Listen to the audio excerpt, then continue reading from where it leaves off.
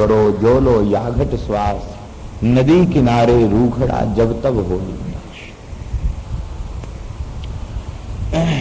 भजन में मुख्य 3 बातें हैं। भजन में मुख्य 3 बातें हैं। पहली बात तो ये है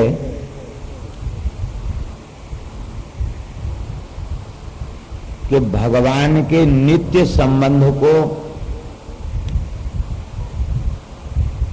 दृढ़ करना चाहिए। हम संसार के न थे न हैं न रहेंगे, भगवान के सदा से थे हैं और रहेंगे। तो इस नित्य संबंध का स्मरण करके संसार से सर्वथा अनासक्त होकर संबंध विच्छेद करके सबसे पहले हम भगवान के संबंध को दृढ़ता पूर्वक स्वीकार कर लें। अस्वीकार करने से ही सब कुछ बदल जाएगा। जैसे कन्या वह पाणी ग्रहण के समय विवाह के संबंध को स्वीकार कर लेती है, इस संबंध की स्वीकृति दे देती है कि ये मेरे पति हैं, और बस इस संबंध के स्वीकार करने मात्र से जहां वह उत्पन्न हुई है, जहां उसका पालन पोषण हुआ है, वो घर उसका खत्म हो जाता है। पति का घर ही उसका घर हो जाता है। और यहां तक कि कभी समय आने पर अपने मायके में आने के बाद भी 10-5 दिन के बाद उसे अपने घर की चिंता लग जाती है और कहती पता नहीं हमारे बिना क्या हो रहा हो, चलें भाई जल्दी अपने घर चलें। यहां पैदा हुई ये घर तेरा नहीं है, ये घर हमारा था अवश्य, लेकिन हमने उस घर के संबंध को स्वीकार कर लिया तो अब वही घर हो गया। पति के गोत्र से वह गोत्रित हो जाती है। ऐसे ही जीव जब भगवान के संबंध को दृढ़ता पूर्वक स्वीकार कर लेता है तो भगवान के गोत्र से ही गोत्रित हो जाता है। फिर संसार से संबंध विच्छेद हो ही जाता, निश्चित हो जाता है भी नहीं, ये मान रखा है, बस ये मान्यता समाप्त हो जाती है। तो भजन की सबसे पहली बात कि भगवान के बनकर और भगवान के लिए ही भजन किया जाए। भजन का और कोई निमित्त न हो, केवल भगवत प्राप्ति, भगवत प्रेम की प्राप्ति, भगवान के चरण कमल की प्राप्ति। लौकिक पारलौकिक किसी वस्तु की कामना तो होना ही नहीं चाहिए। कहां तक कहा जाए मोक्ष सुख की भी कामना न हो, केवल भगवत प्रेम की प्राप्ति की कामना हो। क्योंकि धर्म अर्थ काम मोक्ष इन चतुर्विध पुरुषार्थों का जो तृणवत त्याग करते हैं उन्हें पंचम पुरुषार्थ प्रेम की प्राप्ति होती है, जिसे प्रेमः पुमर्थो महान कह के आचार्यों ने उसका बहुत अभिनंदन किया। वह पंचम पुरुषार्थ, उसे वह प्राप्त होगा। तो भगवान के बनकर भगवान की प्राप्ति के लिए और भगवान का ही भजन करो। भगवान की प्राप्ति के लिए भी देवतांतर के भजन की आवश्यकता नहीं है, भगवान की प्राप्ति के लिए भगवान का ही भजन।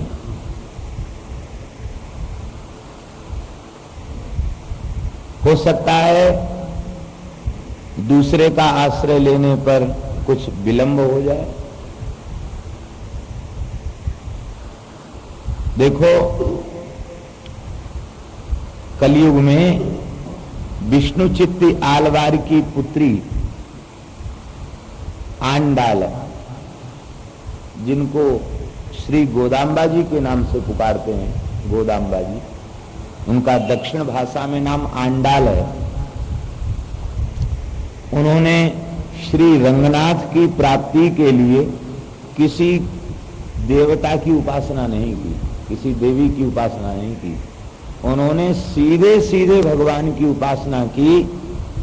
तो उस उपासना की महिमा ये हुई कि कुछ दिन में ही उनका लीला प्रवेश हो भगवान की प्राप्ति, थोड़े दिन में, महीने भर भी नहीं लगा।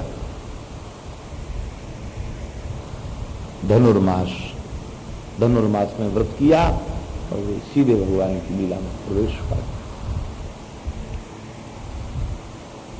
तो भगवान हमारे अपने हैं, हाँ, भगवान का अंग मानकर, भगवान की विभूति मानकर, भगवान का स्वरूप मानकर, ये भगवान ही इनके भीतर अंतर्यामी रूप से विराजमान है, ये भगवान की विभूति है, ऐसा मानकर तो सबका आदर करना चाहिए, किंतु अनन्य भाव से पतिव्रता की तरह भगवान की ही उपासना।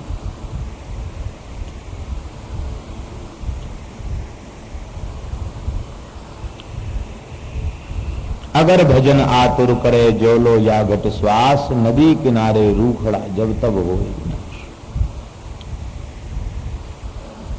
लेकिन यह मतवाला जीव निधनम पश्यन अपि न पश्यति, मृत्यु को देख करके भी नहीं समझ पाता है, भूल जाता, अपनी मृत्यु को भूल जाता है।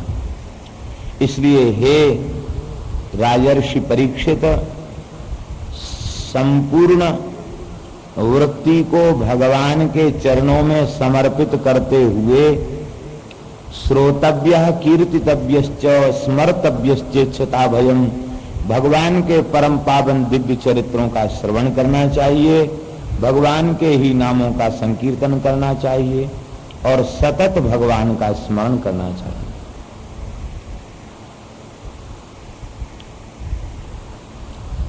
स्मरण सदा सर्वदा होना चाहिए, श्रवण करना चाहिए, लेकिन श्रवण का फल क्या है? श्रवण का फल है भगवान नाम में अनुराग। खूब कथा सुनी और नाम में अनुराग नहीं हुआ तो कथा श्रवण करने का क्या लाभ हुआ? भगवान में अनुराग नहीं हुआ, संतों में गुरुजनों में श्रद्धा प्रकट नहीं भई, तो धाम में श्रद्धा प्रकट नहीं भई, तो कथा सुनने का क्या लाभ हुआ? इसलिए श्रवण करना चाहिए। श्रवण से अपनी श्रद्धा को, भक्ति को, प्रेम को परिपक्व बनाकर श्रद्धा पूर्वक भगवान के नामों का प्रेम पूर्वक संकीर्तन करना चाहिए। जब 10-5 वैष्णव मिल जाएं तब नाम संकीर्तन, और नहीं तो सतत भगवान का स्मरण, एकाकी निरंतर भगवान का स्मरण। नाम जप, नाम स्मरण और नाम संकीर्तन। जप जो है वो स्वगत कल्याण का साधन है, लेकिन नाम संकीर्तन जो है वह उच्चैर भाषा तो कीर्तनम, उच्च स्वर से जब भगवान के नाम का उच्चारण करता है तो वह अपना कल्याण तो जीव का हो ही जाता है, जहां तक परम पवित्र भगवान के नाम की ध्वनि जाती है वहां तक के जीवों को सहज व भगवान नाम का दान कर देता है। सारी दिशा विदिशाएं नाम की ध्वनि से अत्यंत पवित्र हो जाती हैं, सारा अमंगल नष्ट हो जाता है। इसलिए नाम के संकीर्तन की महिमा बहुत अधिक है। परम विजयते श्री कृष्ण संकीर्तनम, श्री कृष्ण संकीर्तन की, भगवान नाम संकीर्तन की अत्यंत महिमा है। अभी कल एक संत बता रहे थे, यहीं परिक्रमा मार्ग में कहीं कथा हो रही थी, दंडौती करते करते वहां बैठ गए तो बोले महाराज बहुत जोर देकर सिद्ध कर रहे थे इस बात को, भाई भागवत में कहाँ नाम की महिमा लिखी है? नाम तो कहीं है ही नहीं। नाम लेने से क्या लाभ होता है? नाम लेने वालों की कभी मुक्ति नहीं होती है। कह रहे थे हम थके हुए थे, थोड़ी देर बैठे, लेकिन ऐसी ऐसी करे थे महाराज, तमाम उद्धरण दे रहे थे। दशरथ जी ने 1 बार 2 बार नहीं, मरते समय 6-6 बार राम राम किया, इसके बाद भी उनका मोक्ष नहीं हुआ। महाराज बड़ी शंका घुस गई। आश्चर्य होता है, लोग भागवत जैसे ग्रंथ का स्पर्श करने के बाद भी, जहां नामाभास की महिमा का वर्णन है, नाम महिमा का वर्णन तो आज तक न कोई कर सका है न कर सकता है। सर्वसमर्थ भगवान भी अपने नाम की महिमा का वर्णन नहीं कर सकते। उस भगवान नाम के संबंध में कहते भागवत में नाम महात्म्य कहाँ लिखा है?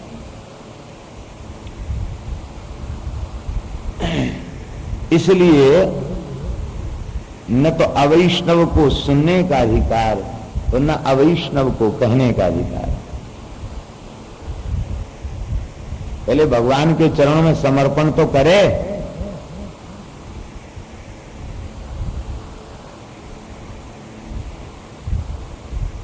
भगवान के नाम का स्मरण अंत में एतावान सांख्य योगाभ्याम स्वधर्म परिनिष्ठया जन्म लाभ पर पुंसाम अंते नारायण स्मृति ही।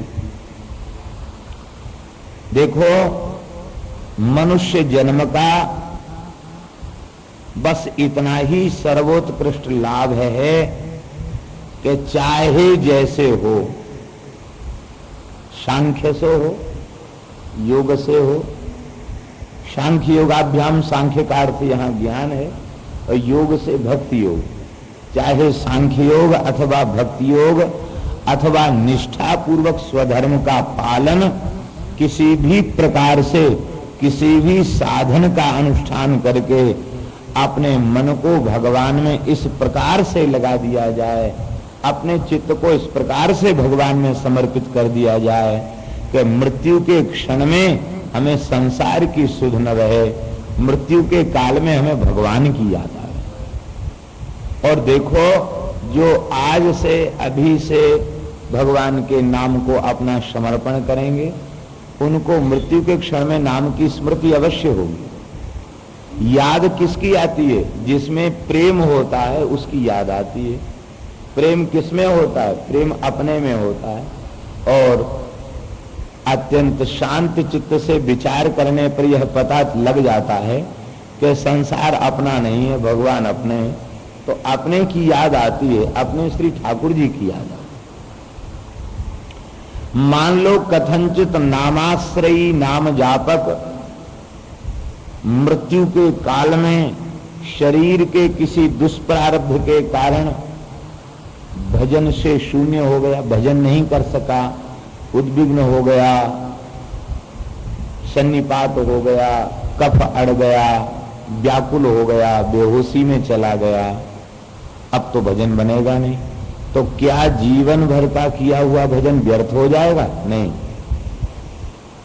भगवान उसके संबंध में कहते हैं कि जो लोग इस प्रकार से भजन करते हैं,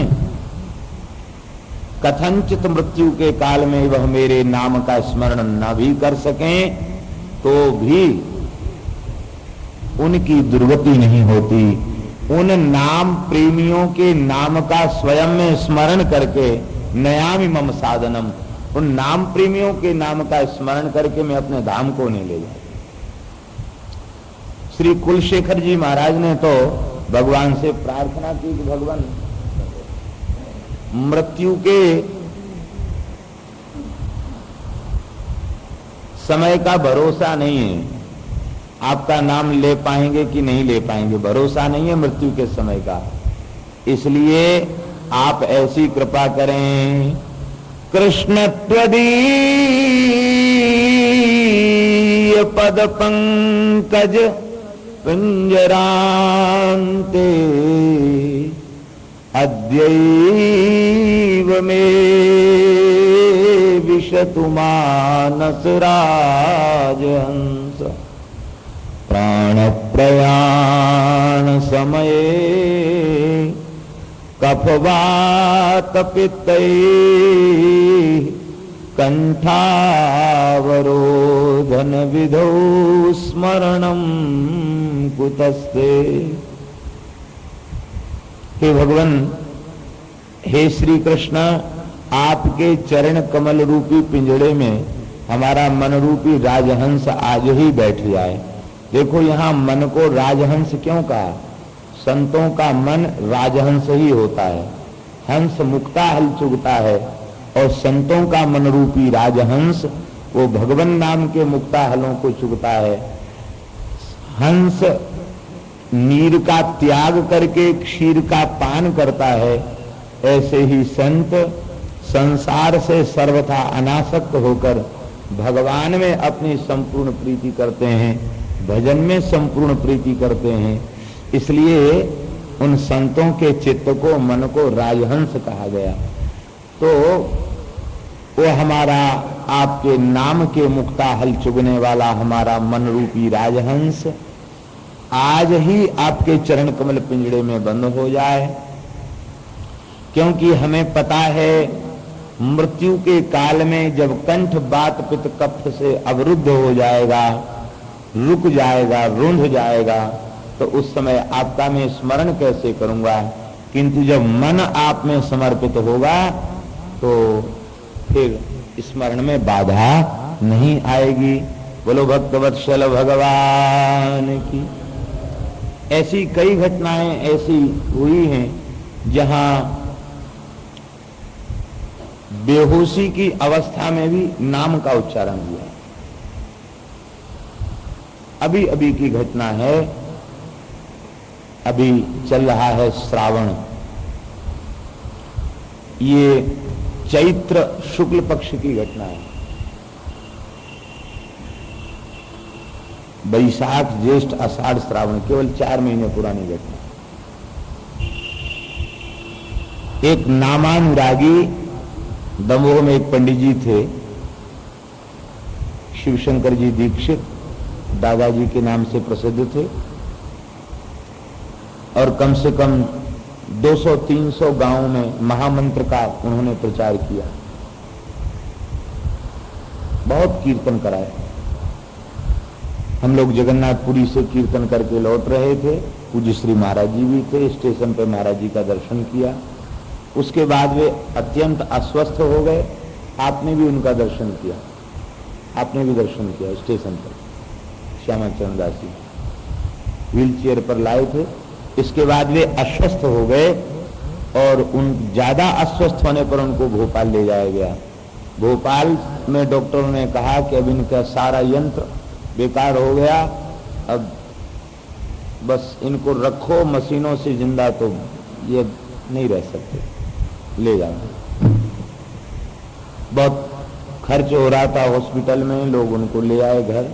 घर आते उनको होश आ गया और होश आने के बाद उन्होंने राधा नाम संकीर्तन किया। तनिक होश आने पर उन्होंने बिल्कुल भी बेटा बेटी किसी को नहीं पुकारा। तनिक होश आने पर जय राधे जय राधे जय राधे जय श्री राम, ये कीर्तन किया और बड़े प्रेम से कीर्तन किया। और कीर्तन करते करते पुनः मूर्छा में चले गए और मूर्छा में चले जाने के बाद मुंह बंद है, होठ बंद हैं और इसी धुन की गुंजन, इतनी तेज गुंजन की 100 फीट की 150 फीट की दूरी पर लोग सुन लें, इतनी तेज गुंजन। राधे राधे जय राधे जय राधे जय राधे जय श्री राधे, ये गुंजन उनके द्वारा हुआ।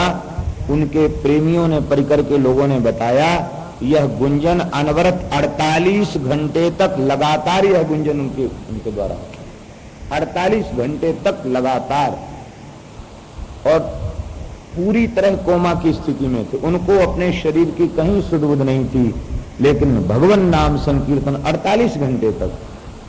और बस ऐसा नाम प्रेमियों में जोश उमड़ा, जीवन भर हरिनाम संकीर्तन किया, अंतिम में श्री राधा नाम संकीर्तन किया और अब तो राधा नाम संकीर्तन होने लग गया। और उस संकीर्तन के मध्य ही श्री रामनवमी को उन्होंने अपने देह का त्याग किया। तो कहने का तात्पर्य है कि ऐसी घटनाएं आज भी घटित हैं। नाम के प्रति जिनका अनुराग है वे पूरी तरह बेहोशी की अवस्था में पहुंचने के बाद भी नाम उनका नहीं छूटता। जैसे कई बार संसारी लोग बेहोशी के बाद जब उनको बेहोशी में भी कुछ कहते हैं तो जिसमें आसक्ति होगी, बेटा होगी तो बेटा बेटा करेंगे, माँ माँ करेंगे, कुछ न कुछ कहेंगे। तो ऐसे ही नाम में जिसकी आसक्ति होती है वो मृत्यु के काल में, बेहोशी के काल में नाम ही लेता है। एक प्रेमी महापुरुष थे, वृंदावन के अनुरागी थे, ये भी सच्ची घटना है। उनका ऑपरेशन हुआ कैंसर का, छाती में कहीं कैंसर था, तो छाती चीर के डॉक्टरों ने रख दी। इसके बाद भी उनके मुख से निकल रहा था राधा कृष्ण श्री वृंदावन, राधा कृष्ण श्री वृंदावन। डॉक्टर आश्चर्य में पड़ गए कि ये कैसा व्यक्ति है जिसको पूरी तरह बेहोश कर दिया गया है, छाती चिरी हुई रखी है और जीभ से निकला राधा कृष्ण श्री वृंदावन, राधा कृष्ण श्री वृंदावन। इसका तात्पर्य है कि ये बातें मिथ्या नहीं है। वस्तुतः नाम का रस, नाम में अनुरक्ति, श्री ठाकुर जी में अनुराग, श्री धाम में अनुराग जिसका होगा वही वृत्ति करेगा। और जितना शरीर पर दुख आएगा, रोग आएगा, भगवान के स्मरण में उतनी अधिक एकाग्रता बढ़ जाएगी। नाम में अनुराग होने पर ऐसा होता है। अंते नारायण स्मृति, अंतिम में भगवान की स्मृति। अंतिम में स्मृति तभी होगी जब आज से ही नाम के लिए अपना संपूर्ण समर्पण कर दें। पूज्य श्री स्वामी राम सुखदास जी महाराज एक दोहा कहते हैं, बालापन में खेला खाया, जवानी में फल हाँका, और बूढ़ भये तब माला लीनी, राम जी थारा भी मन राख्या। वो ऐसे नहीं चलेगा काम। बाल्यावस्था खेल कूद के बिता दी, युवावस्था में खूब संसार के काम किए, अब बूढ़े बुढ़ापे में माला ले ली, बोले चलो आपका मन भी रख दिया। ऐसे भगवान का मन रखने की जरूरत नहीं है। देखो, भजन करने से अपना कल्याण है, हमारे भजन की भगवान को कोई अपेक्षा नहीं है। भगवान की क्या गर्ज है? हमारी गर्ज है तो भजन करो। और भजन जो है किया कराया नहीं मिलेगा, भजन तो करना पड़ेगा। बारी मथे घृत होए बरु सिकता ते बरु तेल, बिनु हरि भजन न भवतरिये, यह सिद्धांत अकेल। यही सिद्धांत है। हे परीक्षित, यह वेद तुल्य पुराण, भगवत स्वरूप पुराण, महाभागवत पुराण भगवान व्यास के चरणों में बैठ करके हमने इसका श्रवण किया। परिनिष्ठितो नैर्गुण्ये उत्तम श्लोक लीलया, गृहीत चेता राजर से आख्यानम यदधीतवान। यद्यपि मैं निर्गुण निराकार में परिनिष्ठित था, लेकिन इसके बाद भी उत्तम श्लोक भगवान श्री कृष्ण की लीला, उन लीलाओं ने हमारे चित्त को ग्रस लिया और मैंने इस दिव्य आख्यान का श्रवण किया, श्री कृष्ण चरित्र का श्रवण किया। वस्तुतः भगवान का अवतार, भगवान की लीलाएं सुखदेव जी की कोटि के महात्माओं के चित्त को बरबस अपनी ओर आकृष्ट करने के लिए ही है। क्योंकि वे महात्मा आत्माराम, आप्तकाम, पूर्णकाम, संसार के समस्त रूप रसगंध शब्द स्पर्शों से अपनी वृत्ति को सर्वथा मोड़ चुके हैं, हटा चुके हैं। उनका मन, उनकी इंद्रियां कहाँ चरितार्थ हों, तो भगवान के नाम रूप गुण लीला के स्मरण में ही वे अपने देहेंद्रियादि को सार्थक बनाते हैं। तुम महापुरुष हो, भगवान में तुम्हारी श्रद्धा है, इसलिए मैं तुम्हें श्रीमद् भागवत का श्रवण कराऊंगा। देखो परीक्षित, संसार के समस्त महात्माओं ने एक स्वर से यह निर्णय किया है कि जीव के कल्याण का सर्वोत्तम, सर्वोत्कृष्ट साधन भगवान नाम का संकीर्तन, सर्वोत्कृष्ट साधन। एतन् निर्विद्यमानानाम् इच्छताम् अकुतो भयम्, योगिनां नृपनिर्णीतम् हरेर्नामानुकीर्तनम्। भगवान नाम से ये प्राथमिक साधन नहीं है, ये सर्वोत्कृष्ट साधन। और साधन ही नहीं है, इस साधन के द्वारा नाम में रति हो, यही साध्य है। भजन के द्वारा भजन ही चाहिए और कुछ चाहिए नहीं। भजन में रति चाहिए, भगवान के स्मरण में रति चाहिए। एतन निर्विद्यमानानाम इच्छताम अकुतो भयम योगिनाम नृणीतम हरेर नामानुकीर्तनम। देखो कितना आश्चर्य है, सुखदेव जी ने हरेर नामानुकीर्तनम कह के प्रारंभ किया और सूत जी ने अंत में नाम संकीर्तनम यस्य सर्व पाप प्रणाशनम कह के ग्रंथ का उपसंहार किया। तो कहने का तात्पर्य है कि कीर्तन के आदि में कीर्तन और अंत में भी कीर्तन के मध्य में नाम संकीर्तन के महात्म्य के मध्य में श्रीमद् भागवत पुराण को संपुटित कर दिया गया। यही में रघुपति नाम उदारा अति पावन पुराण श्रुति सारा, जैसे गोस्वामी जी ने कहा, ये भी भागवत में भी यही है, सब में नाम। सुखदेव जी को आप प्राथमिक साधन करने वाला साधक मानेंगे? वे सिद्ध कोटि के महात्मा हैं, उनसे बड़ा ज्ञानी महापुरुष कौन होगा, उनसे बड़ा प्रेमी भक्त कौन होगा? वे श्री सुखदेव जी महाराज नवदा भक्ति में कीर्तन भक्ति के आचार्य हैं, संकीर्तन भक्ति के आचार्य श्री सुखदेव जी। सनकादिकों से बड़ा कौन सिद्ध होगा? वे सनकादिक निरंतर कीर्तन करते, हरिशरणम हरिशरणम हरिशरणम। नारद जी से बड़ा कौन महात्मा होगा? वे नाम का ही निरंतर कीर्तन करते हैं। शंकर जी से बड़ा कौन महात्मा होगा? वे निरंतर भगवान नाम का ही जप करते हैं। तो इसलिए ये प्राथमिक साधन नहीं है, ये सर्वोत्कृष्ट सर्वोच्च साधन है, ऐसा ही समझना चाहिए। ये मुरैना क्षेत्र में एक संत थे श्री चतुर्दास जी महाराज,